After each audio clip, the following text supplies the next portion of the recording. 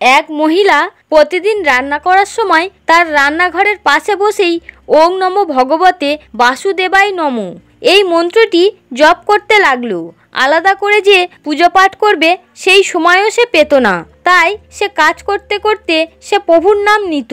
হঠাৎ একদিন ঠিক এমন সময় ধরাম করে জোরে একটা শব্দ হলো, আর সেই শব্দের সঙ্গে একটা বেদনাপূর্ণ চিৎকার ভেসে এলো তার কানে। তখন সে দৌড়ে গিয়ে দেখল রান্নাঘরের মেঝেতে তার 8 বছরের ছেলে পিন্টু অজ্ঞান হয়ে পড়ে আছে, আর তার সারা শরীর রক্তে ভেসে যাচ্ছে। এদিকে তখন দুপুরবেলা, সে ছাড়া সারা বাড়িতে আর কেউ নেই। সে দৌড়ে গিয়ে পিন্টুর পাশে এসে বসলো। ছেলের এমন অবস্থা দেখে তার আর মাথায় কিছুই আসছিল না। সে ভাবতে লাগলো কি করবে সে এখন।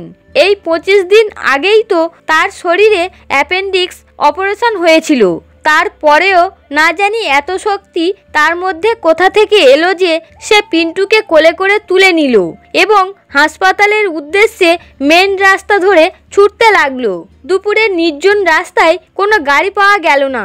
সে তখন পিন্টুকে কোলে নিয়ে ছুটতে ছুটতে জোরে জোরে প্রভুর নাম নিতে লাগলো আর বলতে লাগলো, হে কৃষ্ণ, আমি তোমার কি এমন ক্ষতি করে দিয়েছি যে তুমি আমার ছেলের সঙ্গে এমন করলে।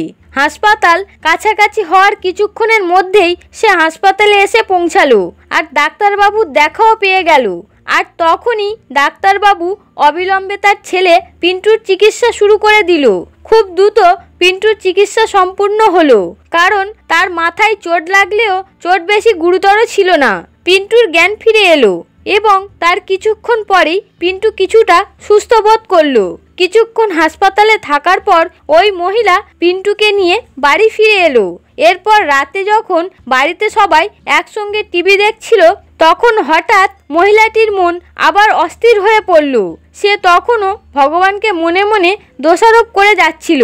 সে সময় তার ভিতরে একটা শিহরণ খেলে গেল।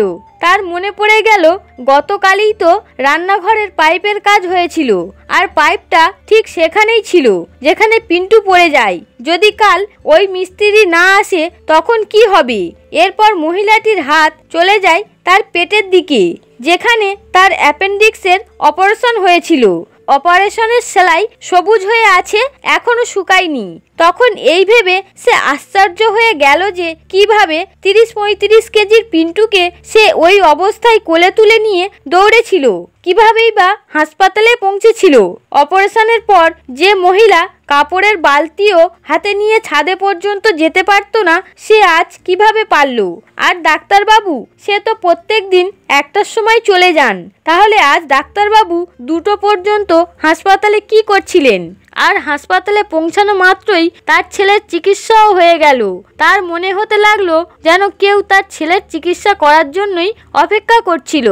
আর ওই মহিলা তাড়াহুড়োর কারণে ওই ডাক্তারের মুখটাও ঠিক করে দেখতে পারেননি। তখন সম্পূর্ণ বিষয়টা তার মাথার মধ্যে পরিষ্কার হয়ে গেল। শ্রদ্ধার সঙ্গে তার মাথা ঝুঁকে গেল প্রভুর চরণে। প্রভুর প্রতি রাগ দেখানোর জন্য মনে মনে সে প্রভুর কাছে ক্ষমা চাইতে লাগলো। তারপর তার নজর পড়ল টিভির পর্দায়, যেখানে প্রভুর একটা প্রবচন চলছিল। সেখানে প্রভু বললেন, তোমার আসন্ন সংকটকে আমি রুখে দিতে পারি না, কিন্তু তোমাকে আমি এতটা শক্তি দিতে পারি যে তুমি খুব সহজেই ওই সংকটকে পার করে নিতে পারো। তোমার রাস্তাকে আমি সহজ করে দিতে পারি।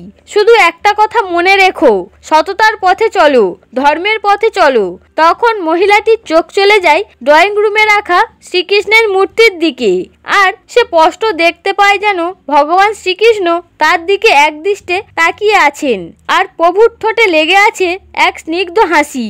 এই দৃশ্য দেখে মহিলাটি শ্রদ্ধায় মাথা নত হয়ে গেল।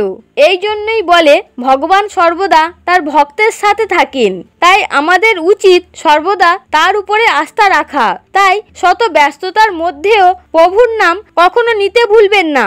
বন্ধুরা, আজকের ভিডিওটি এইটুকু। বন্ধুরা, এই কাহিনীটি আপনাদের কেমন লাগলো তা অবশ্যই কমেন্ট সেকশানে জানান। বন্ধুরা, ভিডিওটি দেখে যদি ভালো লাগে তাহলে অবশ্যই একটি লাইক করবেন, এবং এই চ্যানেলে যারা নতুন তারা অবশ্যই চ্যানেলটি সাবস্ক্রাইব করে নেবেন এবং সবাইকে শেয়ার করে দেবেন, যাতে তারাও ভিডিওটি দেখে উপকৃত হতে পারে। হরে কৃষ্ণ।